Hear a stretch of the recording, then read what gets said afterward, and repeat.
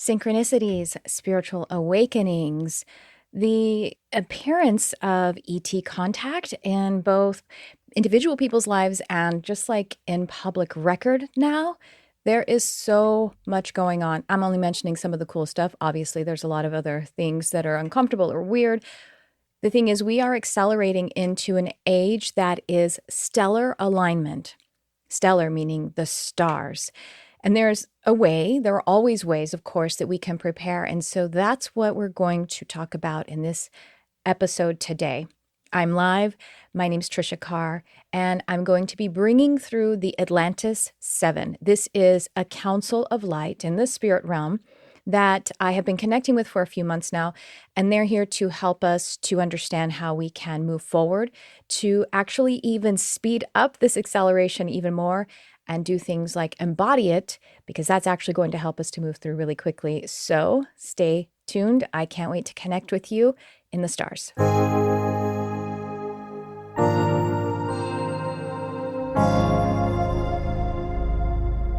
Hello and welcome to the Charmed Life podcast.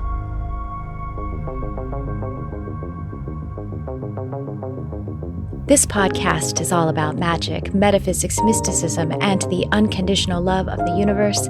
And I am your host. My name is Tricia Carr. Welcome. We are live on YouTube at this time, but some people may be actually listening to the replay on audio. And so welcome. You might hear me referring to people who are on the live feed. And I just hope we all just feel like we can have the best time today exploring our amazing alignment process that we're in. Really, truly are expanding and accelerating in fantastic ways. I just had Bashar channel is named Daryl Anka on the program. And it's really amazing the things that Bashar has been sharing with us.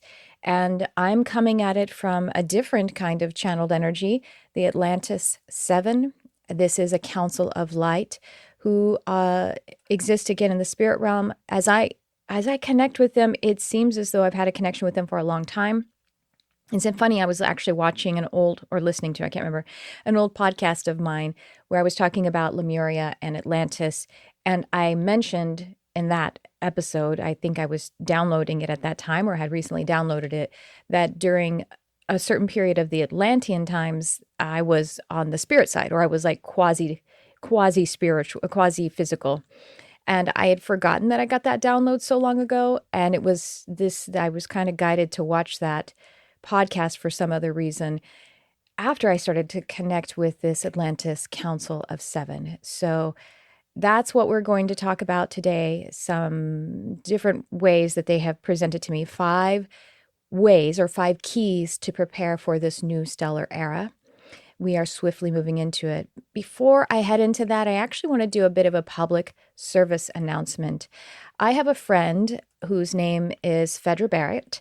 She is a cat rescuer, and she has a couple of big profiles on Instagram, but she has a profile called Balam Says, Balam, and the word says, as in talks. So Phaedra was actually on the podcast about a year ago. I'm not really sure. The reason I want to talk about this is, well, it wraps into our subject today anyway, because as we connect with nature, as we are kinder, compassionate, more empowered about ourselves, recognizing that we are nature and actually able to be empowered in how we are servicing and living as stewards on and with this planet.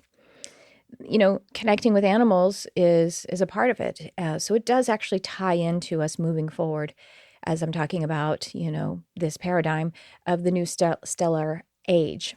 And so anyway, Phaedra, Balam Says, they have a foundation for cat rescuing, balam.org. And I am going to actually post it here in the comments. So the amazing thing about the Balam Foundation and the work that Phaedra does is that they service the most impoverished areas of Mexico with medical services, spaying and neutering for cats and dogs. And they're dominantly about rescuing and homing cats. They also do TNR, trap, neuter, and release as is appropriate. But there are so many cats that they take in. She's at capacity right now. So balamfoundation.org. Now, if you're thinking, how do I get a cat from Mexico? I live in the United States. Most of them are adopted out to the United States, and they sort that out.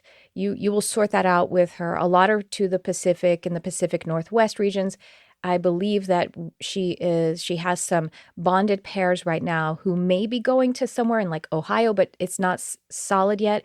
So the reason I mention this now is not only because you guys know that I teach animal communication. I love animals. Many of us might say, we might love them more than humans. A little guilty pleasure to be able to admit that.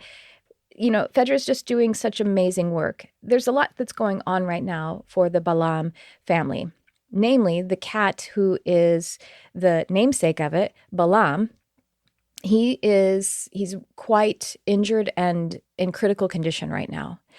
So Balam and Fedra actually became viral on Instagram because Balam is just hilarious. He has this adorable way that he vocalizes. He's a very loud and noisy and beautiful kitty. And Fedra is also quite amazing in the way that she communicates with him. And they became viral with those cute videos of Balam and Fedra talking to one another.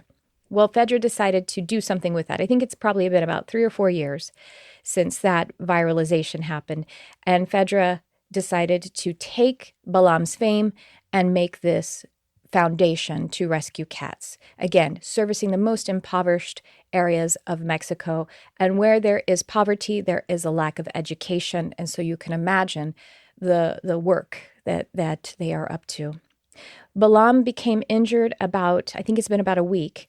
He fell in their home and broke his hip and had a surgery just about a day ago. The surgery seemed to have failed. He has infection. He's in critical condition, although, as it is reported today, Balam is doing okay. He's fever-free, but still not out of the woods. And the reason is not only because we want to bring some awareness to Balam and Fedra's work, but the thing that Fedra needs help with is to home some of these cats that are ready to go.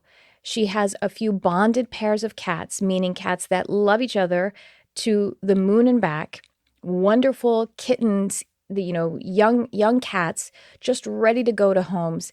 And she really needs help with that. So people are saying, how can we help you? How can we help you? She's like, please help me to home these cats, because that is where my desperation is failing, because she's desperate to take care of Balam. By the way, she has I think 5 other cats as well. But Balam is taking all of her time and energy, and these wonderful cats need homes. And I'm going to see if I can actually screen share a video of one of the bonded pairs. Let's see if I can get this going. Again, remember, this is live produced. So yeah, I think I can share this on Instagram. And yeah, good. So I'll be able to share this video and turn on the volume. Okay, so I guess maybe you can't hear it. So anyway, this that I'm showing on the screen for those who are listening is the bonded pair that she really, really wants to get home as soon as possible. Mr. Floof and Margie. Marge's voice sounds just like Marge Simpson. They are so adorable. And she has many more. So again, if you're listening at some other time than what is, this time that we're delivering this, go to Balam Foundation, because balamfoundation.org, because she has, I don't know, she's always at capacity, it seems.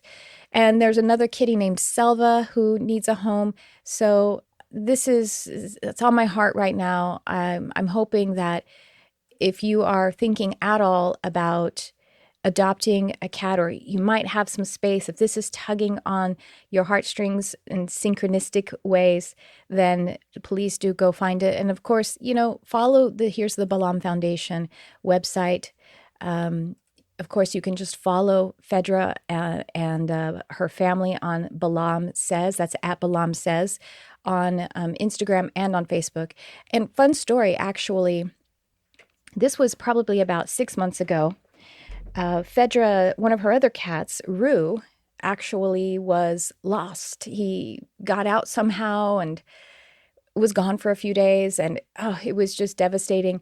And I helped her. I tapped in and was able to find the location where he was remotely. Saw, like, up that there was this wall that had a certain kind of characteristic, like bricks with the cement squished out, and he was up it somehow. I'm like, I don't even know how that happened.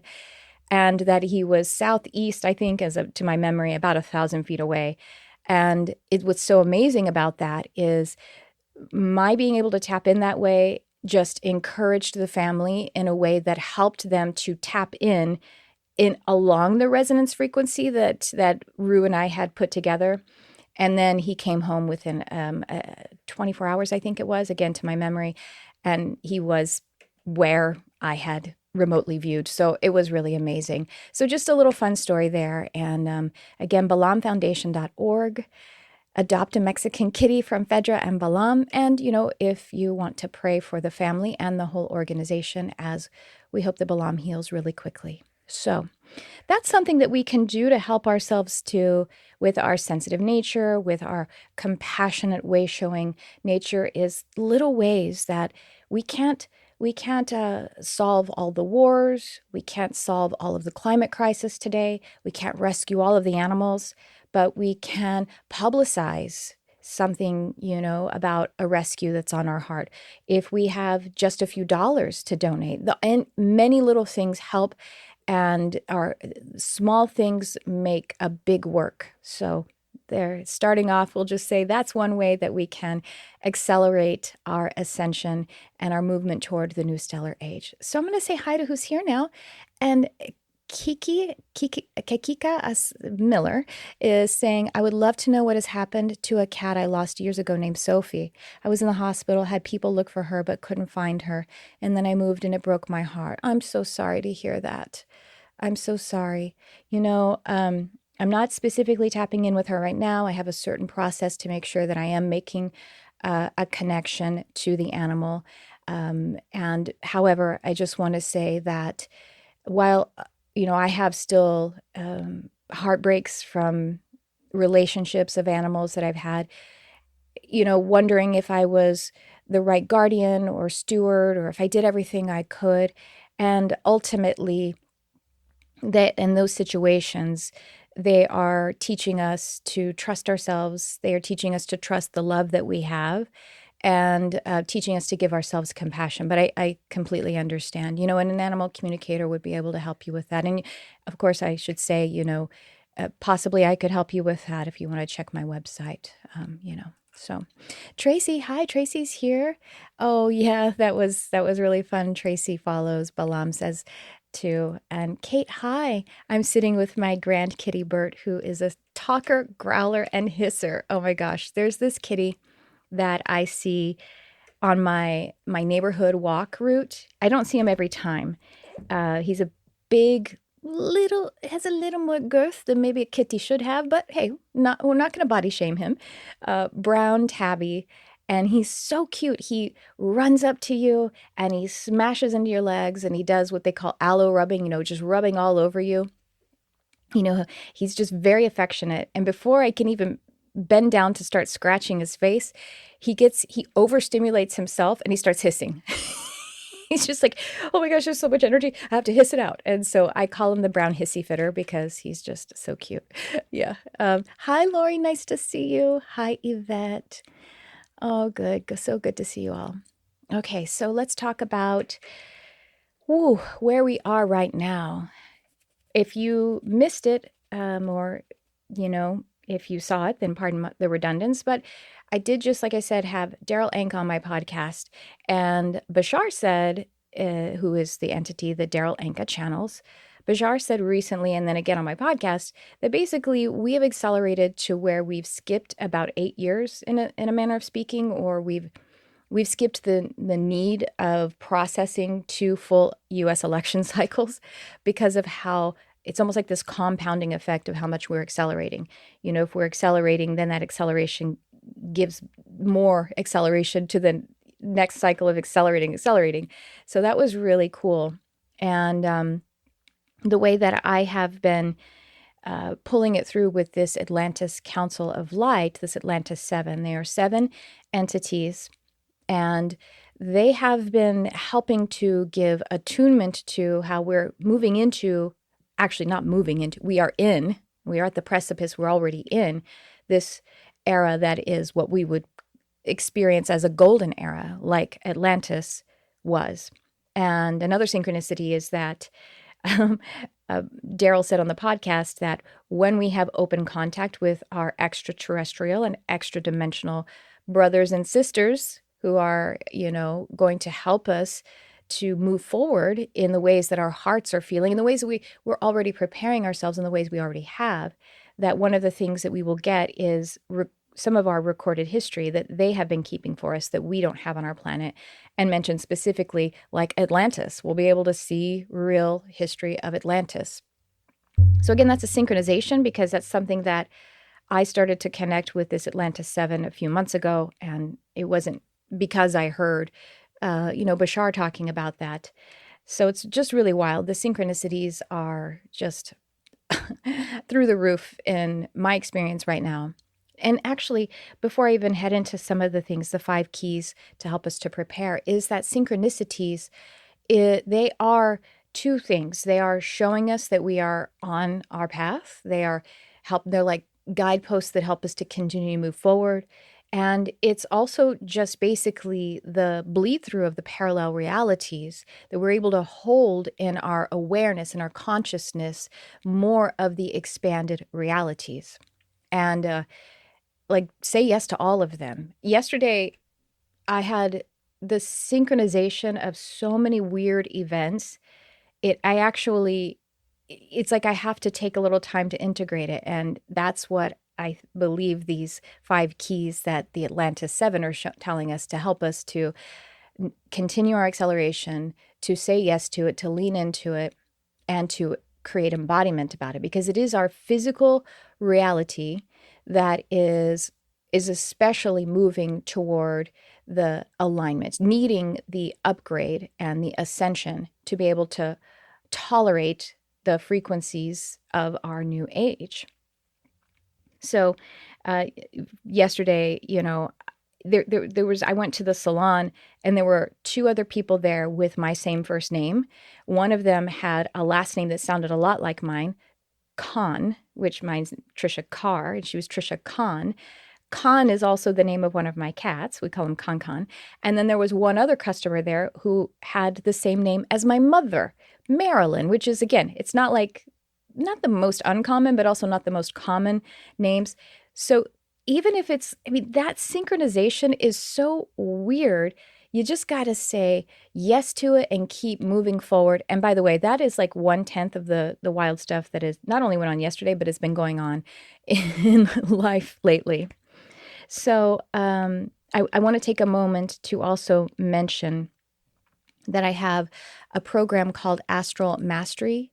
And this program is really, at the foundation of it, is helping us to prepare to move forward in our this new age of astral awakening and stellar alignment. And it is really the ultimate intuitive expansion program. So it's all about intuitive expansion, allowing our consciousness to be expanded to occupy all of the realities of spirit, simultaneously with the realities of physical reality, because that's the point of awareness that your soul has, brought in for this time. So anyway, as the name might imply, astral mastery, you might think, oh, astral projection. Yes, that is one of the things that we are focused on in the program. It's only one of the things, though, because fundamentally, again, it's about moving into the consciousness age that we are already in. And so, again, think of it as intuitive expansion for the personal development, but people who are in the program are also professional intuitive practitioners. So they're able to start utilizing this development in their own practice right away. So this is actually the first level to a second level that I have not announced yet. I mean, I've announced it in this way, but I haven't released yet. I haven't opened registration for. That's going to be coming in the second level of this is going to come early 2025. So, Astral Mastery, there are two ways that you can take it by either a full coaching option where you get to interact with the community, with me in group coaching, to practice on our twice per month practice labs, basically. Um, and um, and then there's also just the version of live class where you get to be in all of the live classes, just like in a similar way as this, asking questions on the feed. And you also get to you have invitations to come to the lab work practices, what we call Sacred Sphere, as a guest to be able to receive readings and whatnot. So two really awesome options to check out with Astral Mastery. And yeah, Holly's in it. Holly's there, loving Astral Mastery, and we are loving you, Holly. So thanks so much. Okay. Because the reason for this is because the wild thing is, as I said, astral projection, a self-initiated practice of astral projection is one of the things that we work on in Astral Mastery. And incidentally, it's been expanding so much in ubiquity, much like the, contact, extra dimensional and extraterrestrial contact has been showing up a lot. And so has astral projection. And there's a reason for this. This isn't actually one of the 5 keys, but it just something I wanted to talk about today.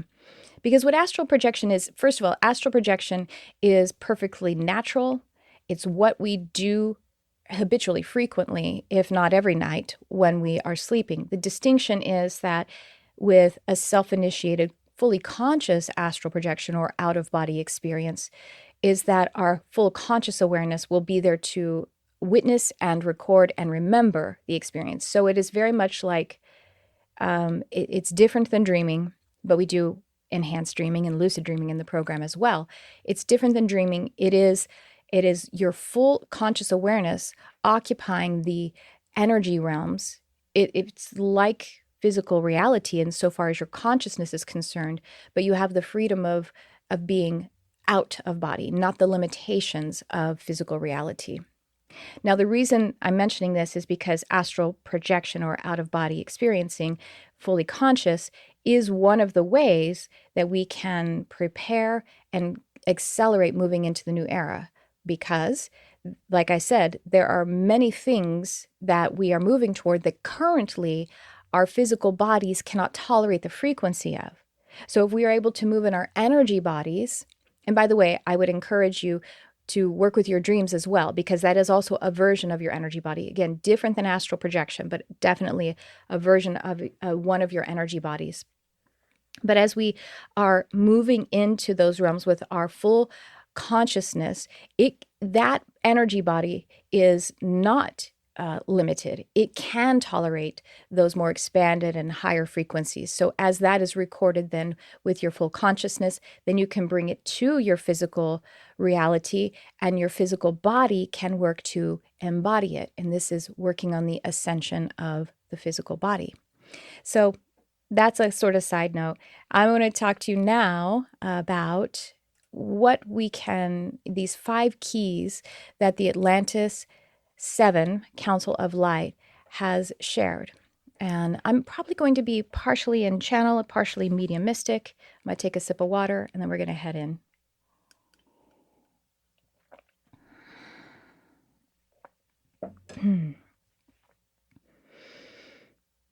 Okay, we're going to start with a channeled message, and then we're going to look over the 5 keys that they downloaded to me earlier. I actually don't have them memorized because I automatically wrote them. I did automatic writing to dictate them.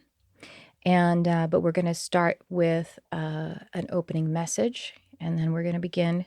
I'll come back with my eyes open and, my more mediumistic kind of frequency going, so that I can look at the downloaded automatic channeled writing that I brought through a couple of days ago, and then also I'll continue to listen to them. Okay, having said that, give me a moment here. You'll hear me breathing, and then we're going to bring through the Atlantis 7 Council of Light. Another sip of water.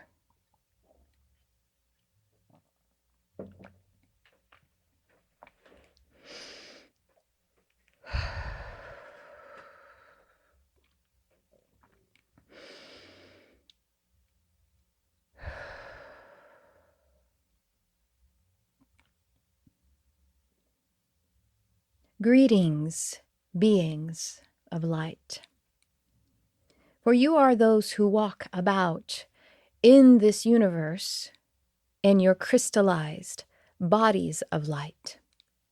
And so as you would witness that entities such as these who come through under the awareness that has been dubbed Atlantis 7, for there are 7 in this council, although the 7 represent leagues and nations, including you and you and you and you.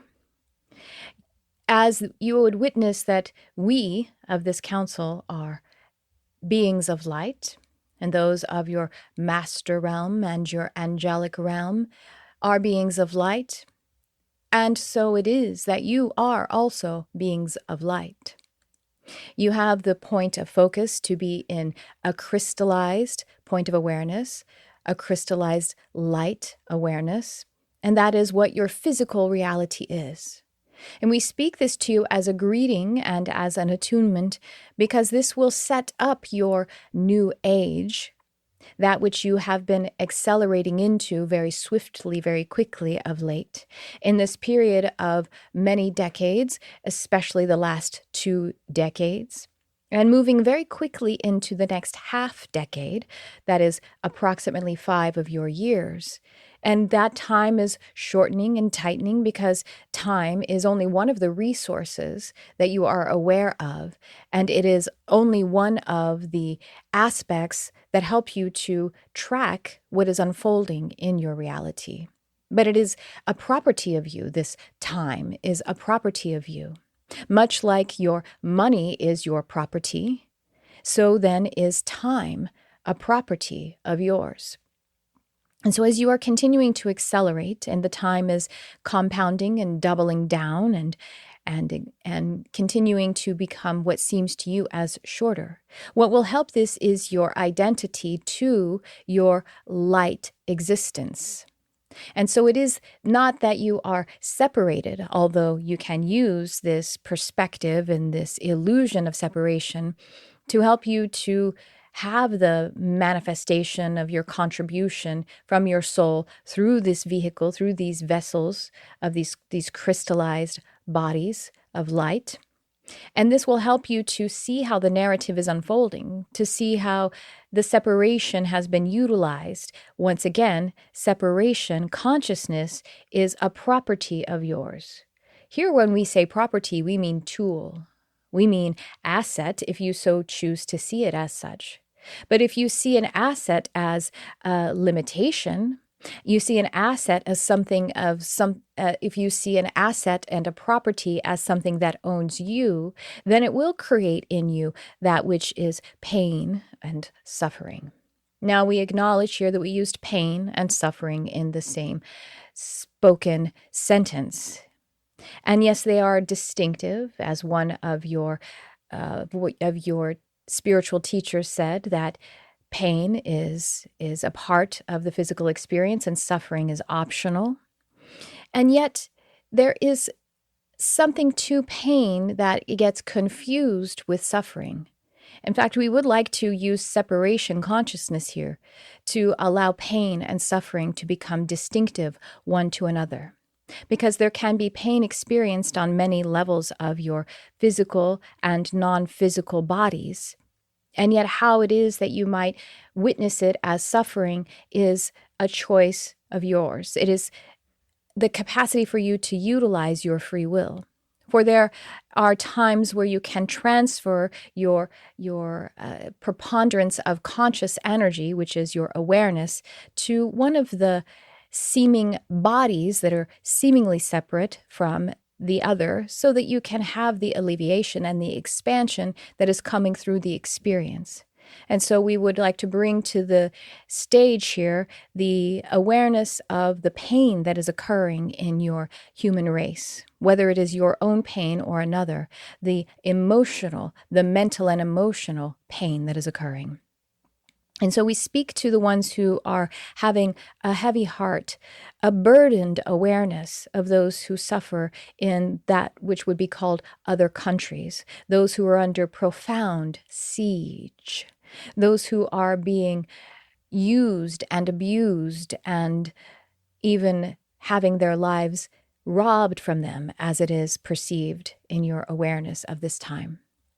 And so as this pain becomes suffering for you, this emotional, this mental pain moves into suffering for you, we ask you to allow yourself to experience suffering with the existential right that you have to experience suffering, as it is a part of your deepened experience.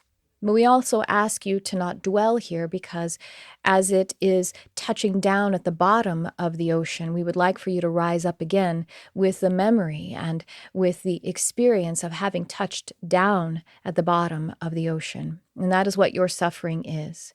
Now you carry it with you so that as you ascend from the bottom of this suffering point, that you may be able to hold others in their suffering so that they may see the path back to the place of holding the awareness, to be able to be the strength for those who can be benefited by your compassionate awareness.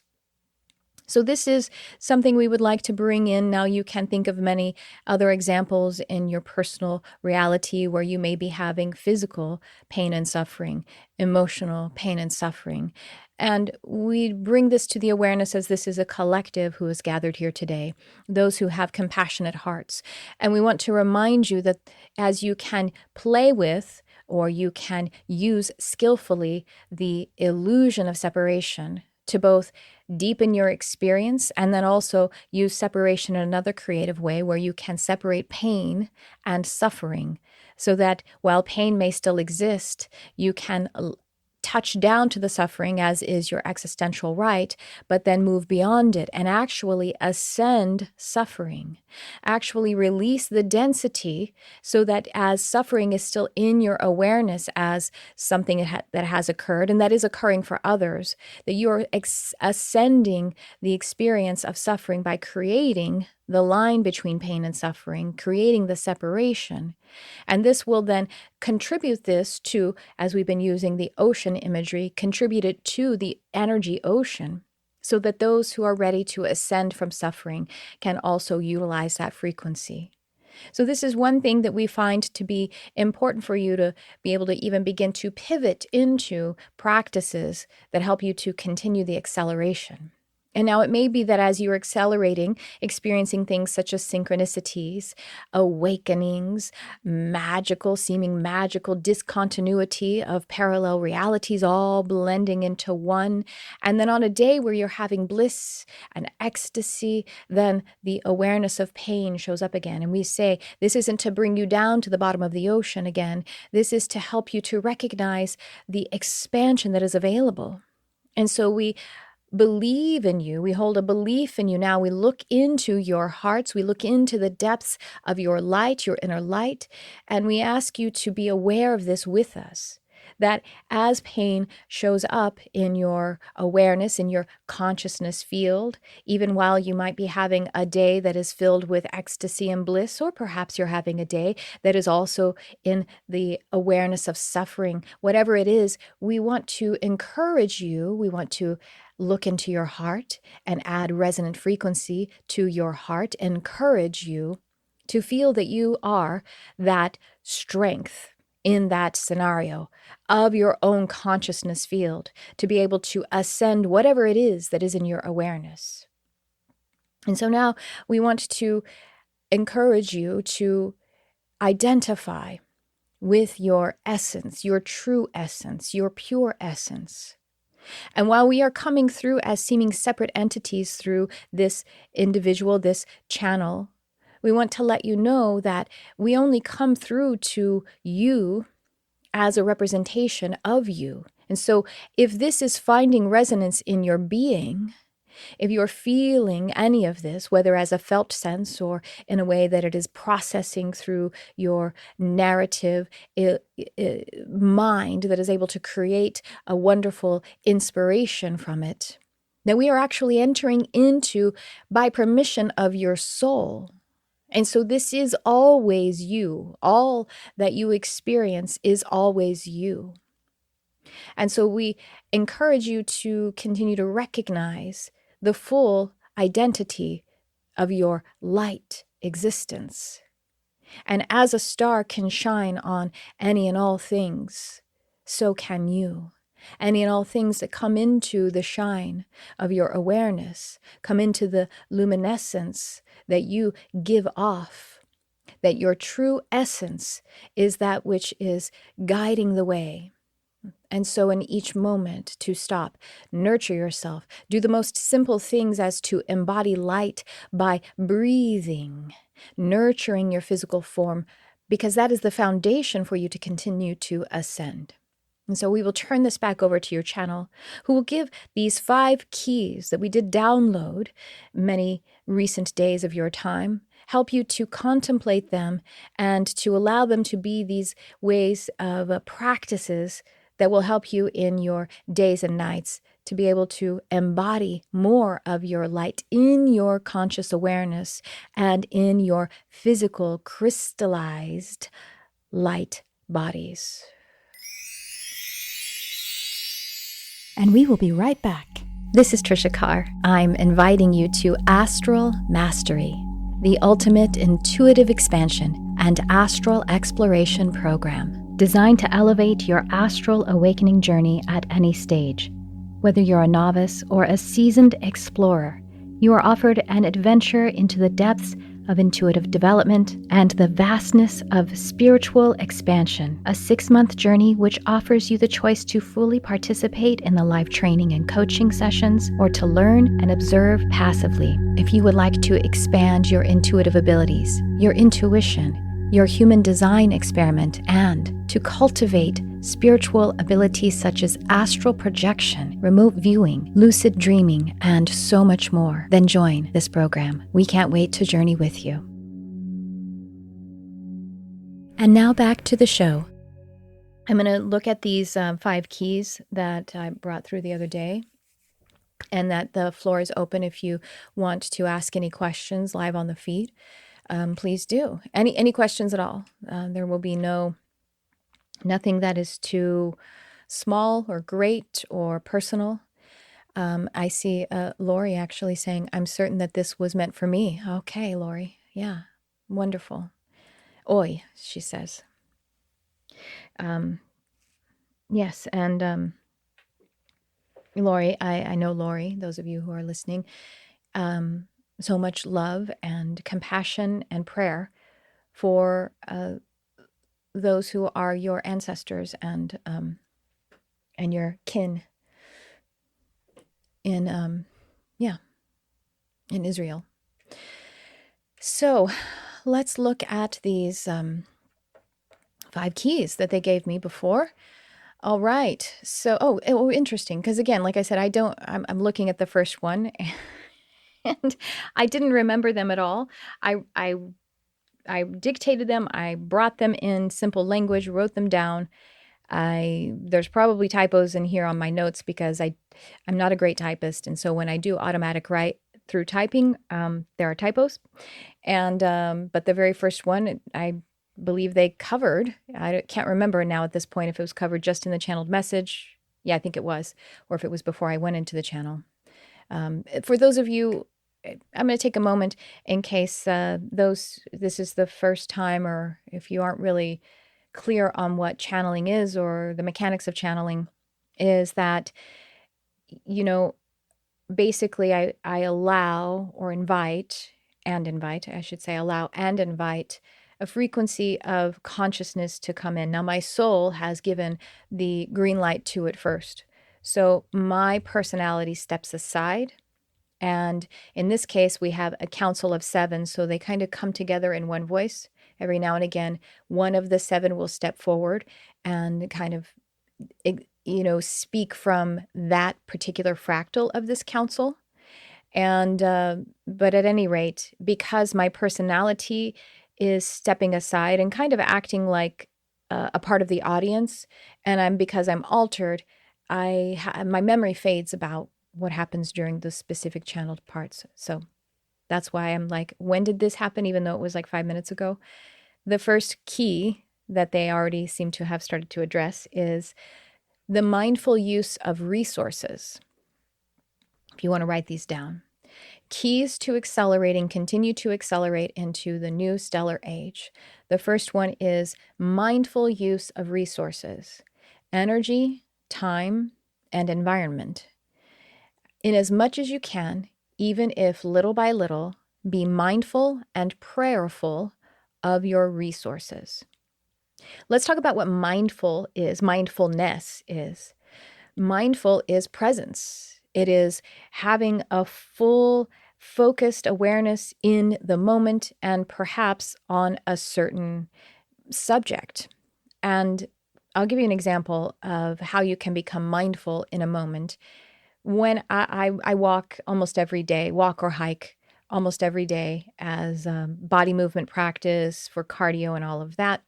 And sometimes I start my walk or hike and my mind is racing, and it's racing on some things that I don't need to be paying attention to those things. You know, I have the open head in human design. That's paying attention to things that don't matter, thinking about things that don't matter. So if I'm starting this practice of body movement and cardiovascular, exercise, which I love so much, I want to commit to it. I want to be mindful in that, because this time that I have to dedicate to it, the energy that I'm using, because they said the resources of energy, time, and the environment, I'll break that down too. I want to be with it. I want to be fully present to it. By the way, there are many times, because I've been hiking and running my whole life, and I just realized this, or I think Spirit showed it to me actually. I used to fall all the time. My legs and knees are scarred to the hilt from the many times that I have fallen, either running or walking on cement, or running or walking on a hike where there are rocks. And you know why I did that? Because I wasn't mindful. I wasn't present. I was probably letting my mind think about things that don't matter. And I fell and really injured myself many times. I haven't in, I think the last time I fell was in 2018 or 19, because I remember the injury. It was gnarly. So it's been many years. That's the first time no pressure on myself, right? I'm still becoming more and more present, becoming more and more mindful, and soothing and healing and regulating my nervous system more and more. But that's basically what I do to become mindful while I'm heading out into my movement practice. Is I concentrate my awareness on my feet, and I just feel my feet, my physical feet. I feel the steps. I just kind of and it doesn't take long at all. Sometimes I think it takes like 90 seconds to where all of those thoughts that don't matter just fade away. And that's where I am right now. It could take a few repetitions of, oh my gosh, I started thinking about a thing again, and focusing your awareness again. But you can use your physical body to become mindful.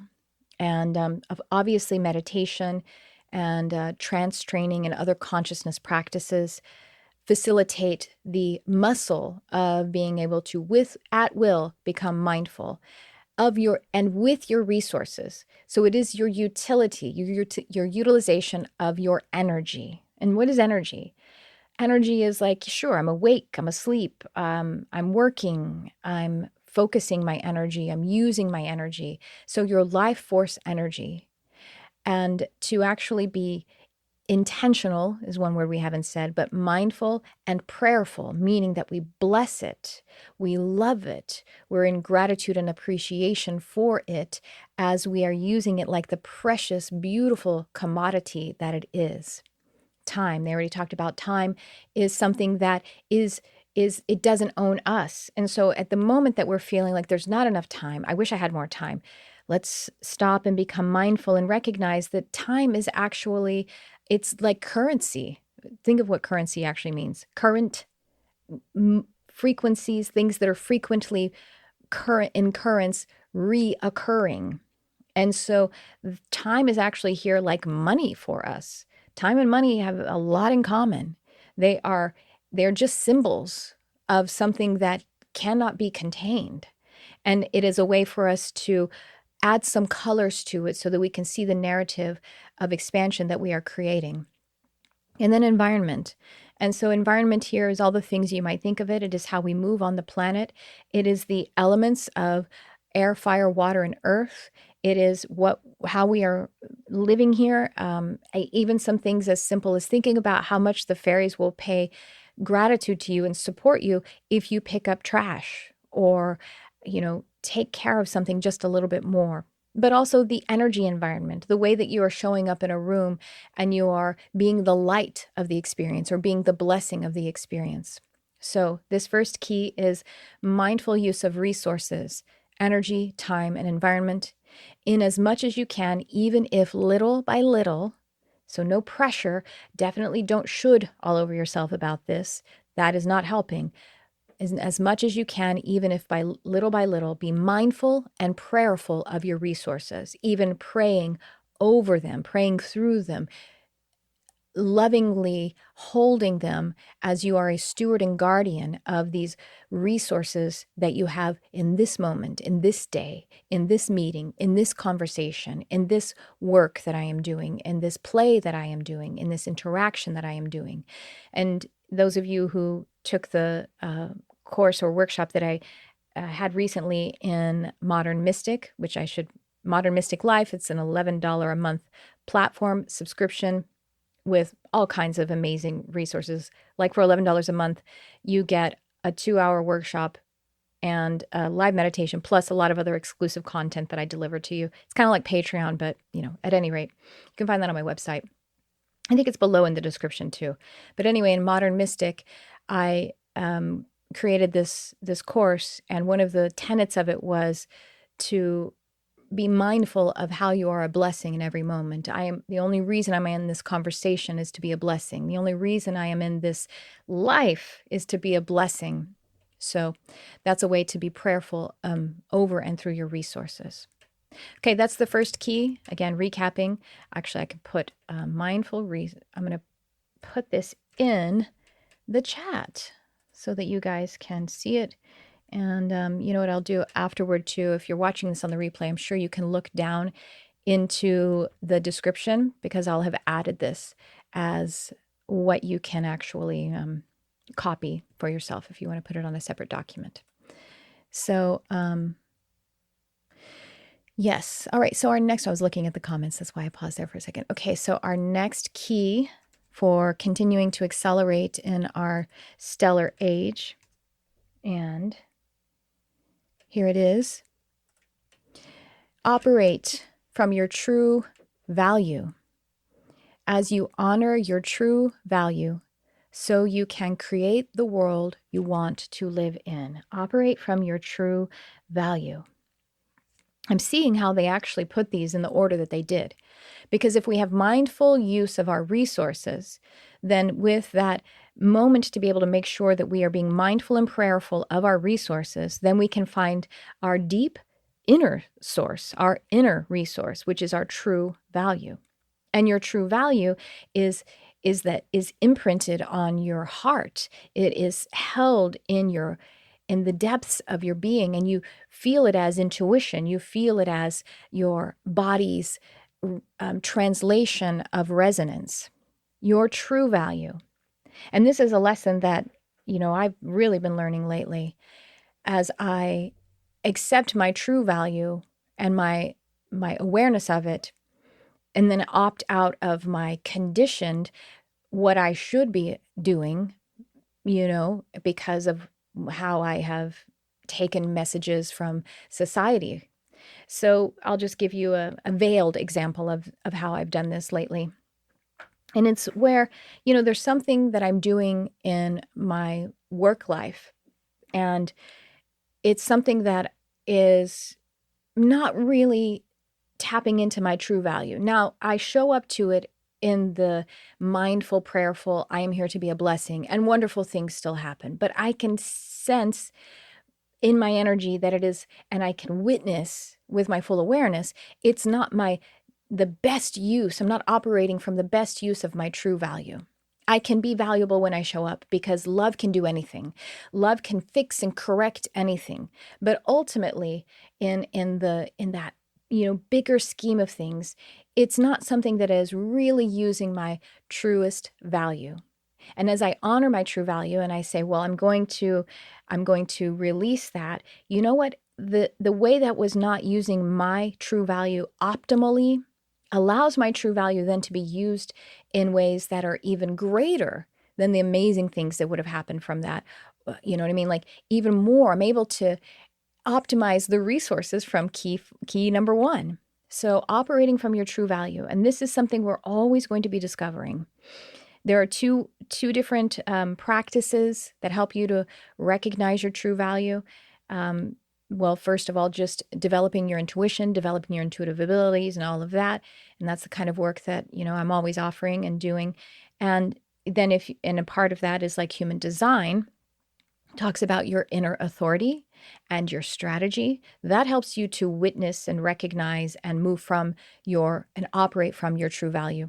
And then, of course, as we've been talking about Bashar, I've been talking about Bashar lately. Bashar's formula is to act on your highest excitement to the best ability you have at the time with absolutely no insistence on the details of the outcome. And these are kind of all these different paradigms are talking about the same thing. So operate from your true value, because as you honor your true value, so you create the world you want to live in.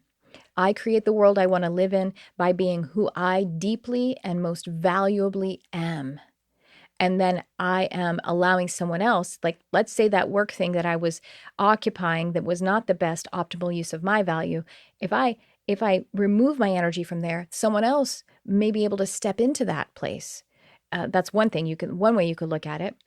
If I create a vacuum by releasing something, then that is able to call someone else forward. That's one thing you can think of, but also just modeling it, just being in the frequency of, my batteries just went on my thing.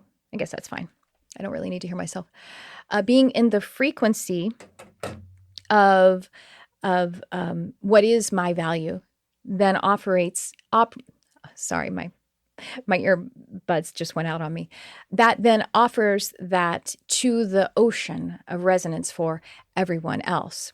Because energy is very literal. So as I am more who I really am, I am creating the world around me of everyone is more of who they are. So there is that one. And again, if anyone has any questions, I want to see what Kate says. I felt great warmth spread through my heart toward the end of your transmission. Awesome. Thank you, Kate. I feel great warmth spread through my heart when I'm with you, Kate. So that is the second key. Now, the third key, again, I'm kind of learning these at the same time as you. So let's see what it is. I'm going to paste it here in the chat. And this third key is, nope, that's the second one.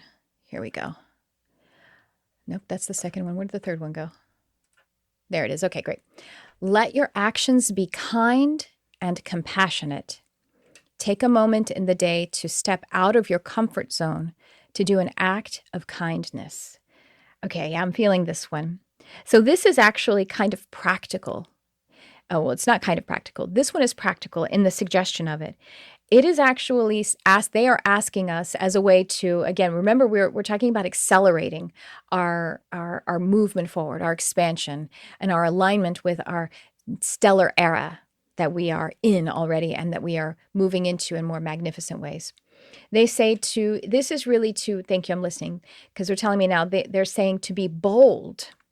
Stepping out of your comfort zone means to do something that is loving and kind in a way that you don't typically do it. And the reason they're saying step out of your comfort zone is because the idea of comfort zone here isn't like, oh, you should make yourself uncomfortable. It's more that the comfort zone of homogenization, of societal conditioning, to where, let's say, it might, so if we're worried that it seems weird that we might pay someone a compliment, pay a compliment to a stranger, or that we might, there was this whole trend that people have started a few times of paying it forward, like buying a coffee for someone anonymously or little things like that. But it doesn't have to be things that cost money. And it can just be helping someone, noticing something about someone and telling them, witnessing it to them by actually speaking it to them. Maybe it's even something like smiling at someone. There was a lovely young man.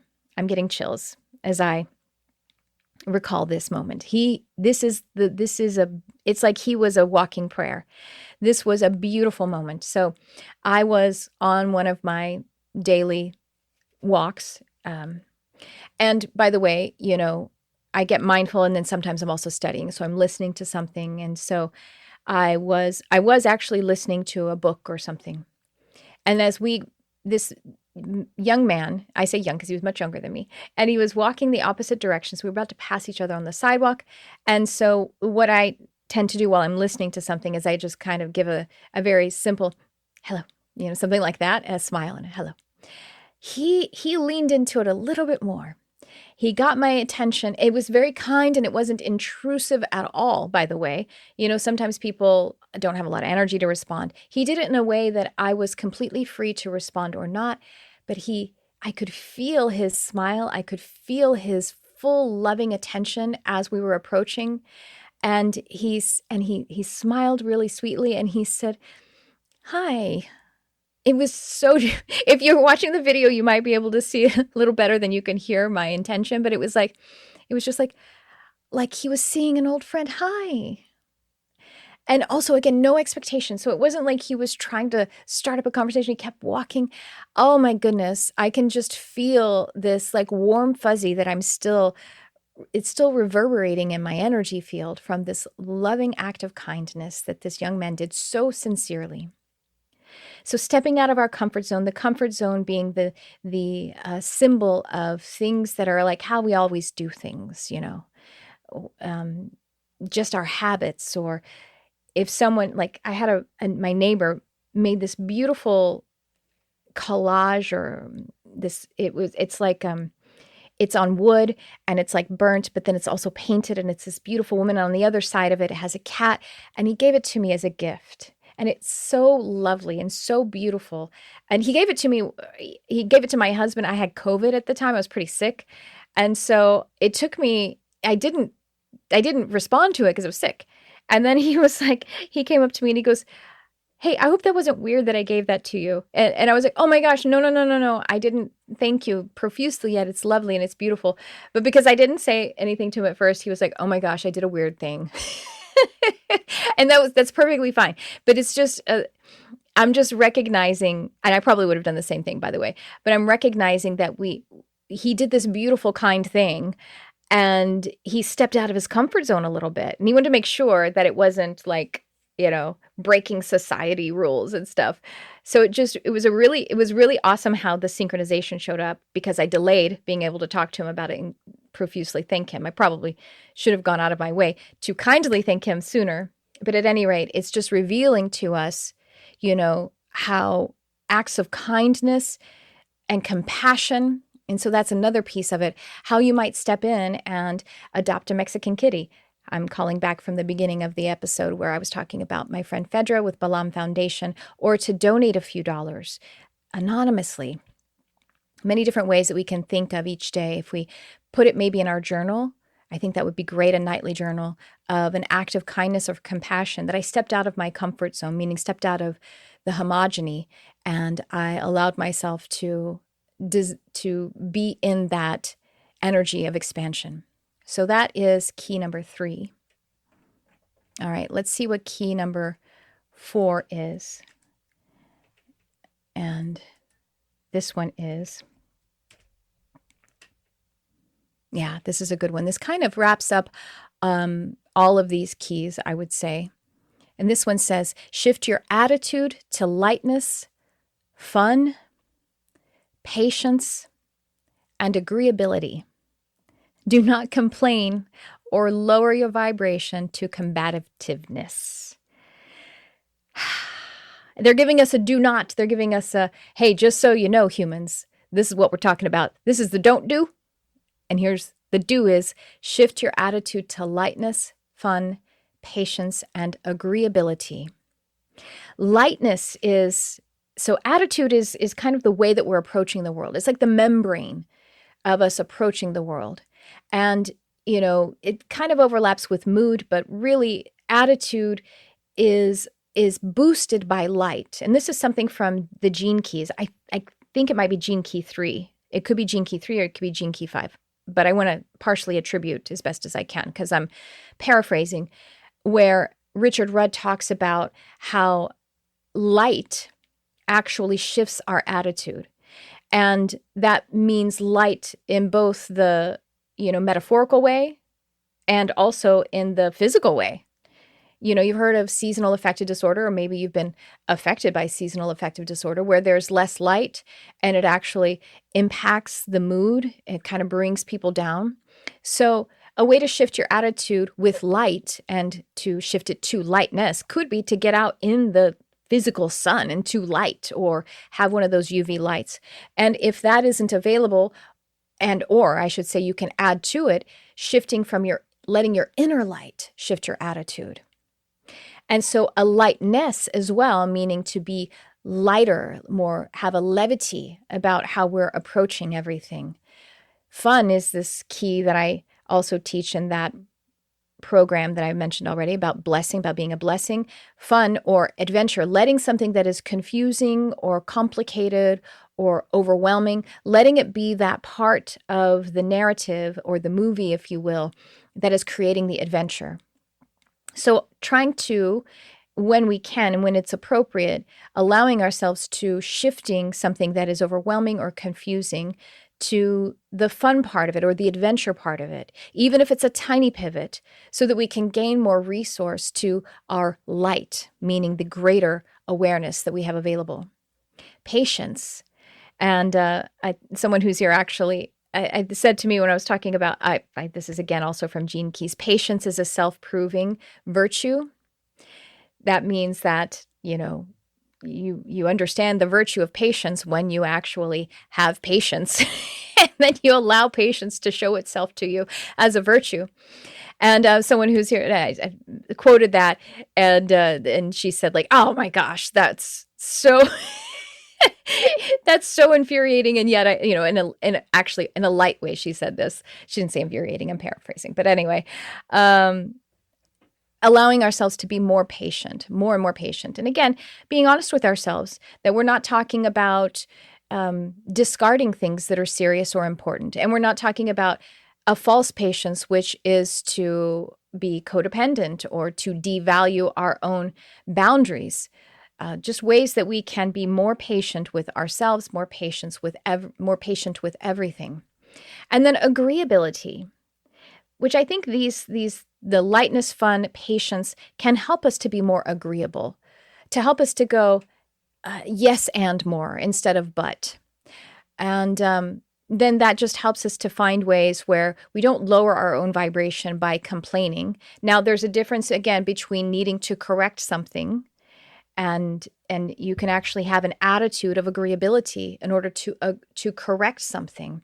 But complaining in a way that is disempowering, or to be agreeing to combativeness, that seems to be the lower vibration of the homogenized society construct.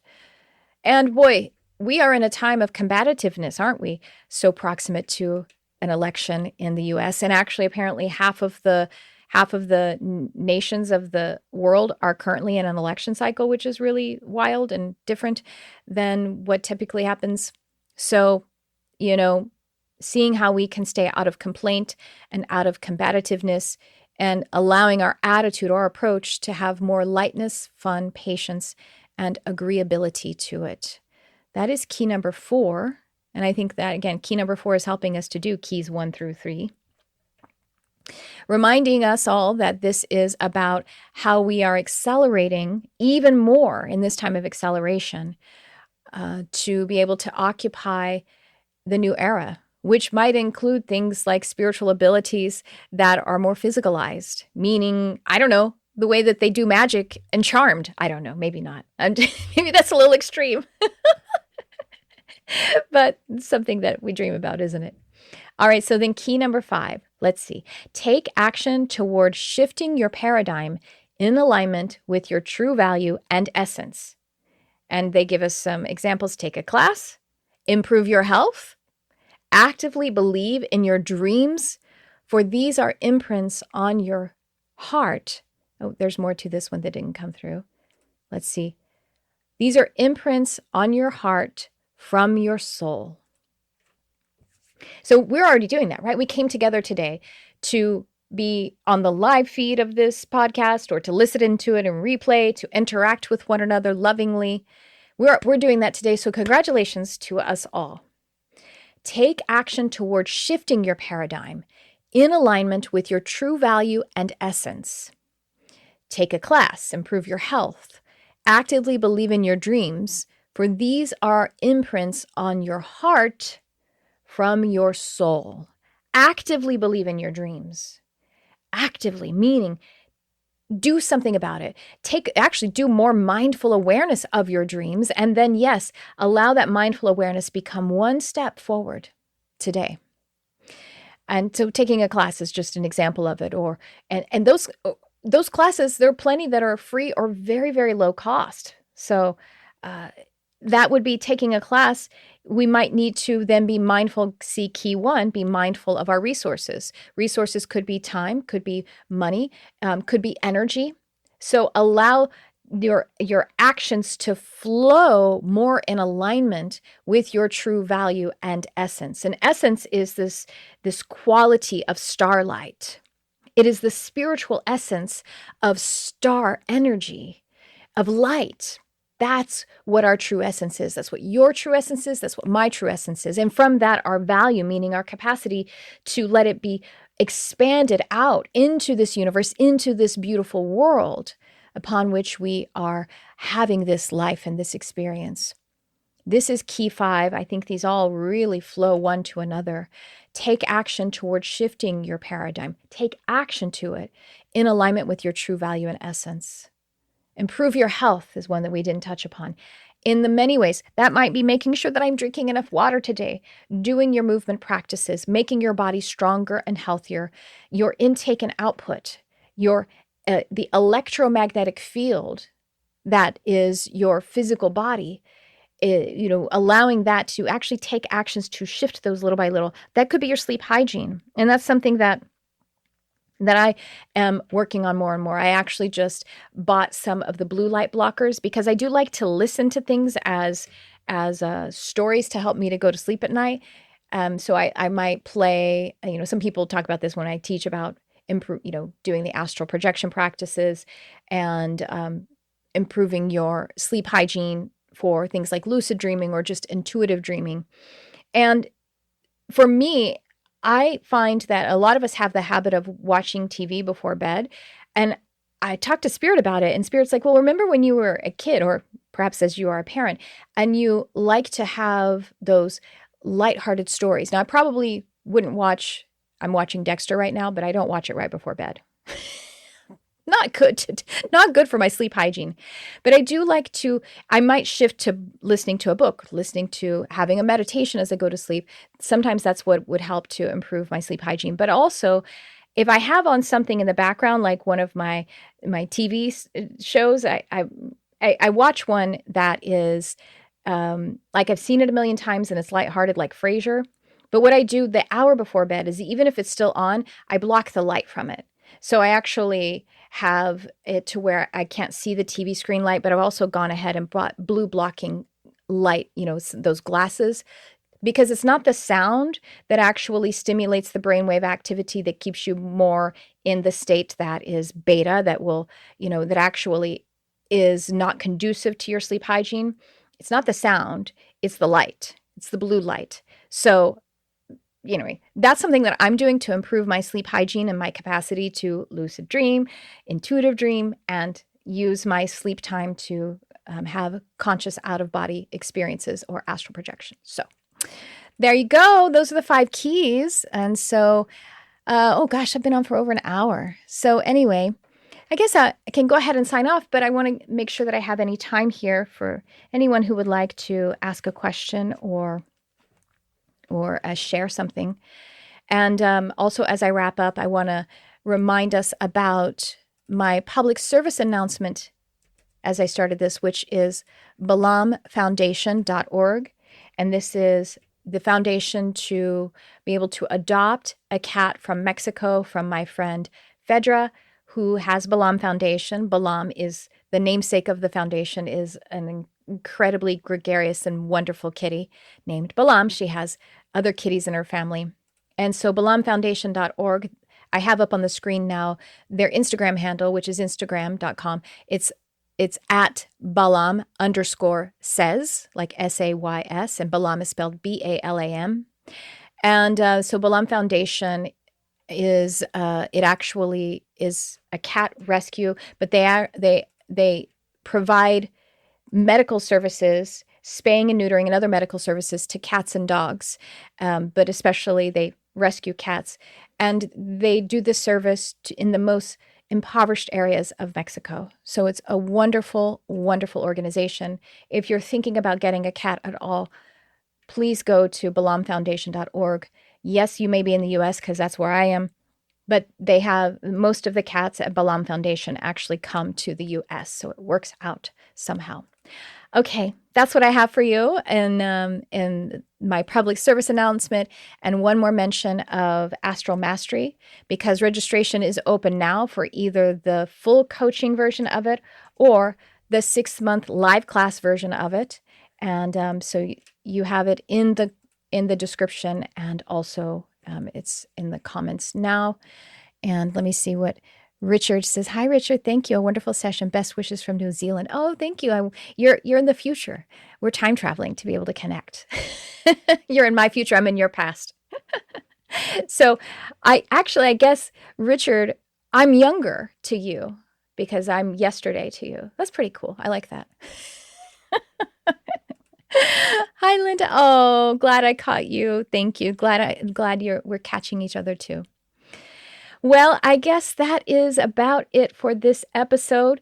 Again, we have 5 keys that were given to us by the Atlantis 7 Council of Light. 5 keys to help us to continue to accelerate and exponentially accelerate into our new stellar era. This stellar era being one where, quite honestly, we have amazing things like love and compassion as the norm for our society. We also have much more what we would call now magical abilities, our spiritual abilities online for us, our consciousness technologies, where we're probably in open contact with extra-dimensional, extraterrestrial brothers and sisters. Yes, that they are here now on our planet, and they are facilitating this new paradigm that we're in. And if you are someone who's in your human design experiment, it's all aligning with the 2027 shift too. So those 7 keys as mindful and also active practices that help us to continue to shift and make our lives more wonderful and beautiful, to manifest more. So many things. So that's what I have for you in this episode. Thanks so much for shining your light on our beautiful world. And thanks for tuning in. I love you, whoever you are.